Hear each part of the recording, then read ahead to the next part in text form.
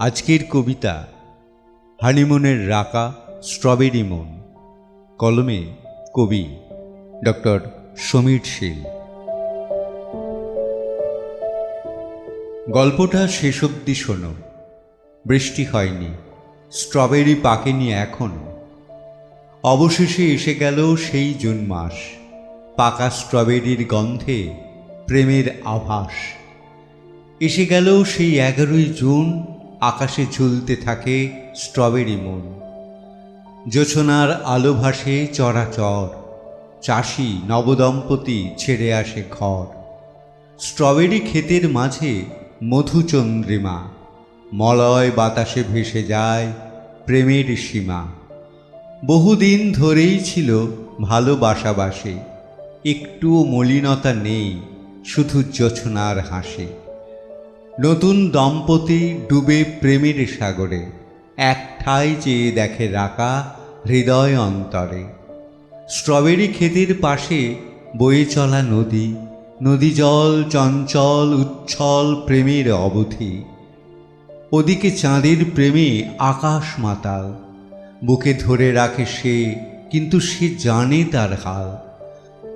আকাশ জানে তাকে, রাকা ভালোবাসে না, নেহাতি ওই কাছাকাছি থাকার দরকারি বাহানা।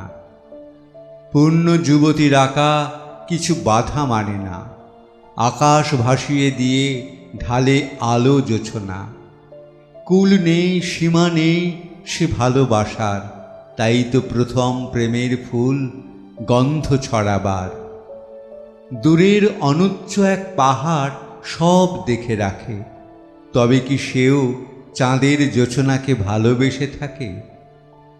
এ এক ত্রিকোণ প্রেমের গল্প, তোমাদের শোনালাম অল্প স্বল্প। পাহাড়ের চূড়ায় উঠে বসে থাকে রাকা, এক ঠাঁই চেয়ে থাকে তার নদী জলে জোছনায় মাখা। নদী জল বড় চঞ্চল গতিশীল, সে বুকে ধরে রাখে তার ভালোবাসা আকাশের নীল। মেঘের সাথে চাঁদের নেই খুব বনিবনা, নিজের মধ্যে হারিয়ে যাওয়া রাকা যুবতী আনমনা।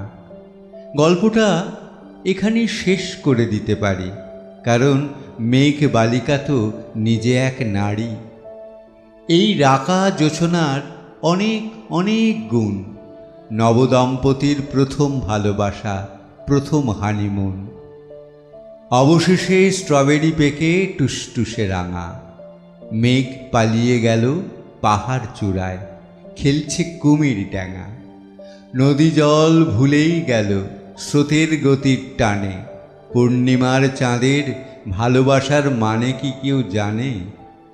জুনের মুন হয়ে গেল হানিমুনের দিন, নবদম্পতির প্রথম ভালোবাসা আদতের রঙিন।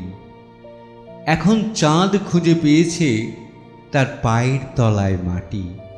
রাকার প্রেম ও কাহিনী ফেরে নবদম্পতির মুখে ভীষণ পরিপাটি।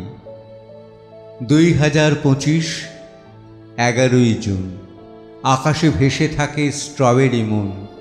এদিন আকাশে চাঁদ থাকে অনেক সময় এক জায়গায়, তাই কি ভালোবাসা জমা হয়ে রয়? জুনের ক্ষেত ভরা স্ট্রবেরি পাকা সুস্বাদু, কারণ নাকি আকাশে চাঁদের ভালোবাসা জাদু।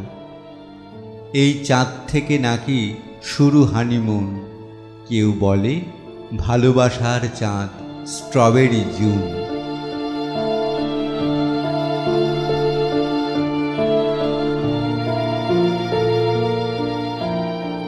কবিতা হানিমুনের রাকা স্ট্রবেরি মন।